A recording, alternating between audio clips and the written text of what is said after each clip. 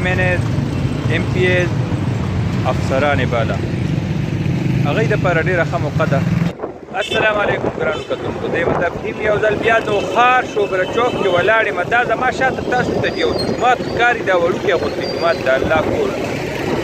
دې ټایم کې د دې یو لوی اهمیت دی. حکومت که وغواړي پلانینګ اینډ ډیولپمنټ والا وغواړي او زمونږ دا مشران وغواړي، زمونږ وزیران وغواړي، نو دا ځان دپاره صدقه جاریه جوړولی شي. څنګه ورسره خوا کې دا 2 سکولونه دي. په دې 2 سکولونو کې یو جومات پکې شته، لوی لوی میدانونه دي، پارکونه دي، هر څه پکې شته، د جومات کمی دی پکې.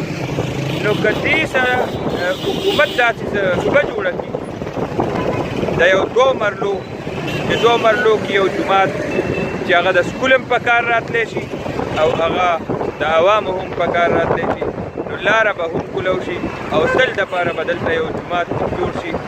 نو د هغې فایده هغه حکمرانانو ته هم ده، حاکمانو ته هم ده، واکدارانو ته، افسرانو ته، ټولو ته به د دې یو فایده وي، اجر به ورته آخرت کې میلاویږي. دا زما ذهن ته یو منصوبه وراتله ډېر وخت نه، یو سوچ او نن مې تاسو سره شریک کړو او خپلو مشرانو ته مې هم ورمخکې